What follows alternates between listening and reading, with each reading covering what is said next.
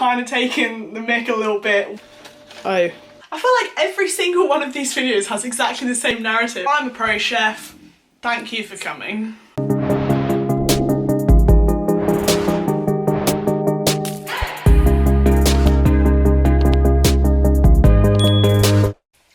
And welcome back to my channel. I know my posting at the moment hasn't been too great because the last video posted was the September Bake Off box and today's video is the October Bake Off box. So yeah, that's pretty poor for me, I'm sorry. Let me know what kind of videos you want to see and then maybe I'll be a bit more inspired. But anyway, yeah, today is the October Bake Off box and this month we've got Ready Bready Go. So you guessed it, it's bread.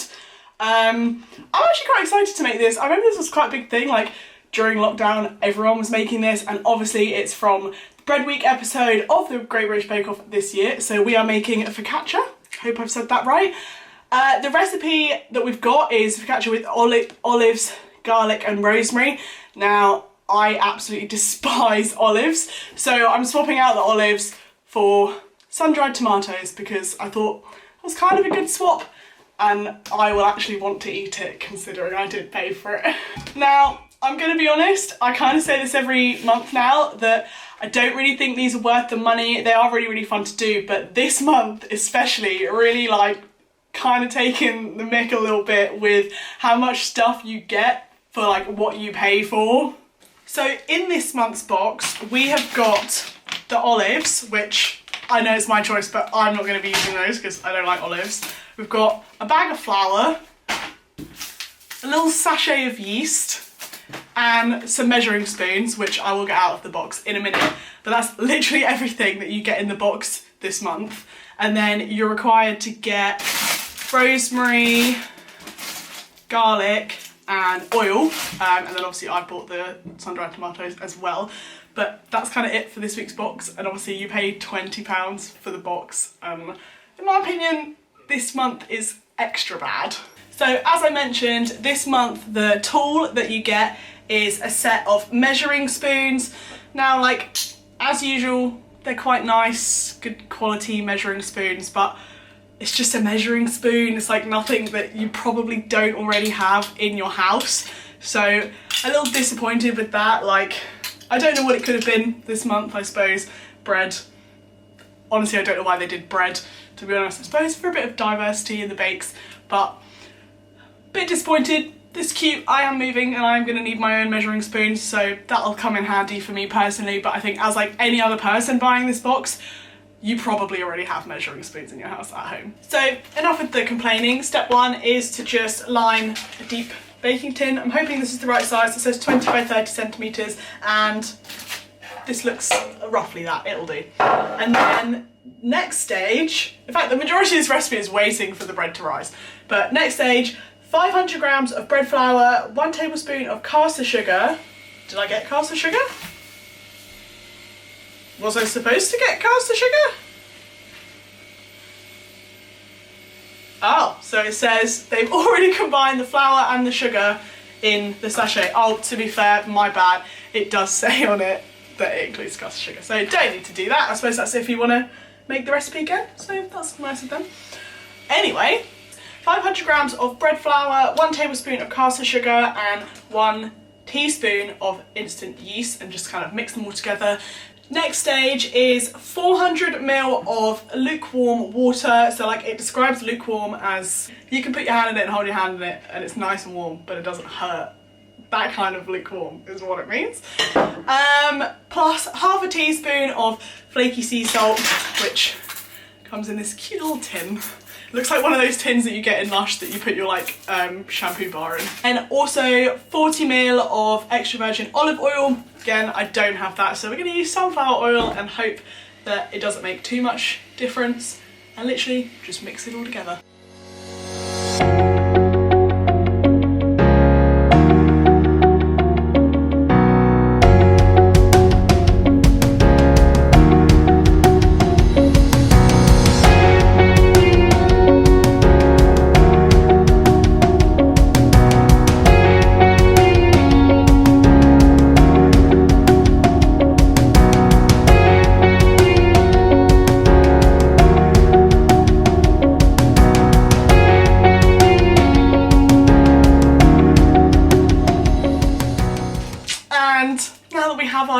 it just says cover it with a tea towel and leave it at room temperature for 20 minutes.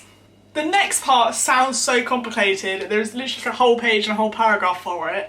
So once the dough's rested, I'm literally going to read it word for word. Lightly oil a clean, large bowl with a little more olive oil. Using a wooden spatula or spoon, transfer the dough to the oiled bowl.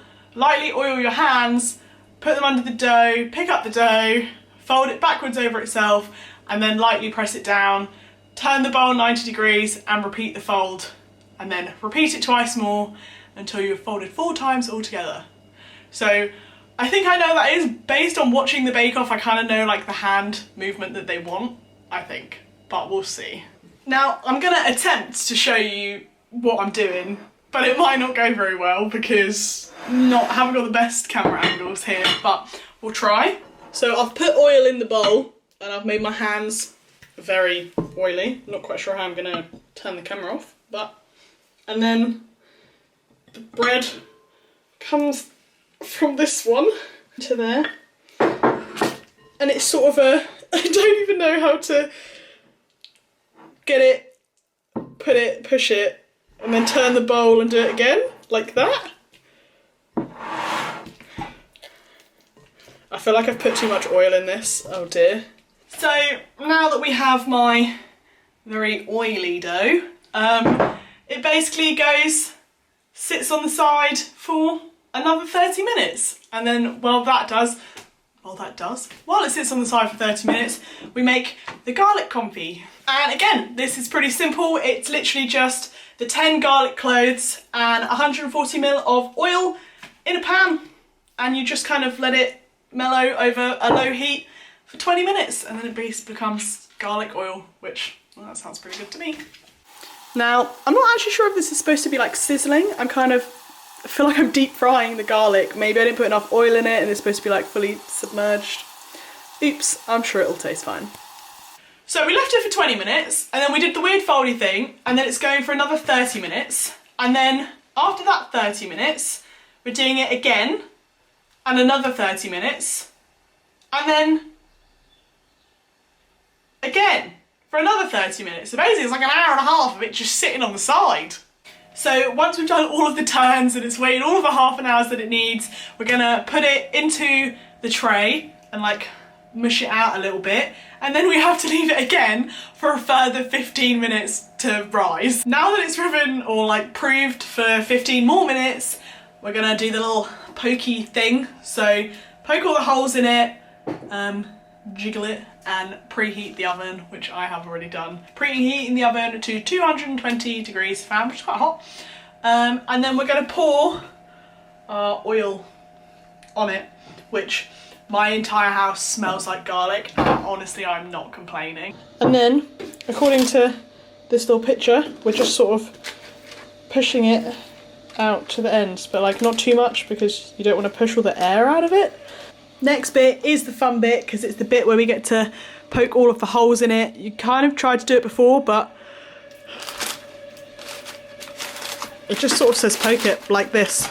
So next we're taking our garlic oil and just like drizzling it on the top. This honestly smells incredible and I hope that it's going to taste incredible as well. And then the next thing would be to put the olives in, but I'm not doing that, so I'm going with the sun-dried tomatoes instead, just because, as I said at the beginning, not a fan of olives. So we just sort of press those in there, followed by salt. It just says like add however much salt you want, basically, depending on how salty you like your bread. And then finally, it just sort of says stick the rosemary in it. So like that, I guess. This smells good as well. The whole thing just smells amazing. Here we have what I think is the finished thing. I'm not sure if it's supposed to look like that. It looks quite oily. And then here we have, nice. It looks kind of questionable and I probably should have chopped the tomatoes up a little bit more before I put them on it, but we move, it's good, it's going in the oven for 20 minutes and we're hoping for the best as usual. And then basically when it comes out of the oven, you're supposed to use the leftover oil and kind of just like drizzle it on, use it to dip. But I very fortunately kept the little jar left over from the strawberry jam from like 3 months ago's bake-off box, and it is the perfect size to now store this in. So I might take this label off and turn it into a garlic oil label. So there's that. She's ready, she's out of the oven, and I'm not gonna lie, she looks incredible. I feel like every single one of these videos has exactly the same narrative. It starts off with me complaining, and then it kind of goes a bit dodgy in the middle, and then normally ends pretty well, except last month. Last month was terrible, we don't talk about that. Let's chop her up and see. Look at that. Absolutely perfect in my opinion. And we basically have the garlic oil. You're supposed to like dip it in there a little bit. I'm not sure how hot this is going to be, so this might be horrible. Absolutely incredible. I'm a pro chef. Thank you for coming. On that note, that is everything for this video. Hope you guys enjoyed it as always. Let me know what other kind of videos that you want to see. I do have some exciting stuff up and coming very, very soon. Hence why I haven't really had any videos, because I've been very, very busy, but all will be exciting soon, I promise. So don't forget to give this video a thumbs up, and please subscribe to see more of these videos, and obviously to see those exciting videos that I've just described. But that's it. I'll see you guys all in the next video. Bye.